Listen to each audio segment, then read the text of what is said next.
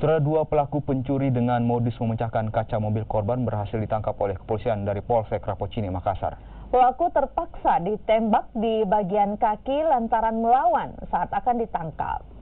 Dari hasil rekaman kamera pemantau, terlihat satu pelaku memecahkan kaca mobil dan mengambil sejumlah barang berharga korban, yakni laptop, telepon seluler, dan tas yang berisi uang. Pelaku kemudian lari menggunakan sepeda motor. Polisi kemudian menangkap kedua pelaku di Kabupaten Maros, Sulawesi Selatan. Pelaku mengaku belajar memecahkan kaca mobil melalui YouTube.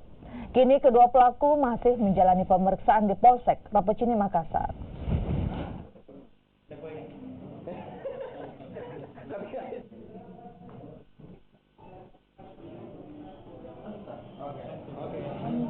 Berapa kali kecelakaan kaca mobil? Ya? Berapa kali? Dari mana cara tak sampai bisa kecelakaan mobil? Saya lempar. Lempar? Pakai apa lempar? Bus.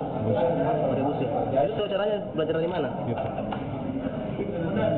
Jadi awalnya pelaku mengintai korban, mulai dari titik awal dia intai sampai di depan rumah. Kemudian barang yang digunakan untuk memecahkan kaca yaitu busi khusus, ya busi khusus, dia kayak serbuk, kemudian dia lemparkan, dia dorong, baru kaca itu pecah, kemudian diambil barang.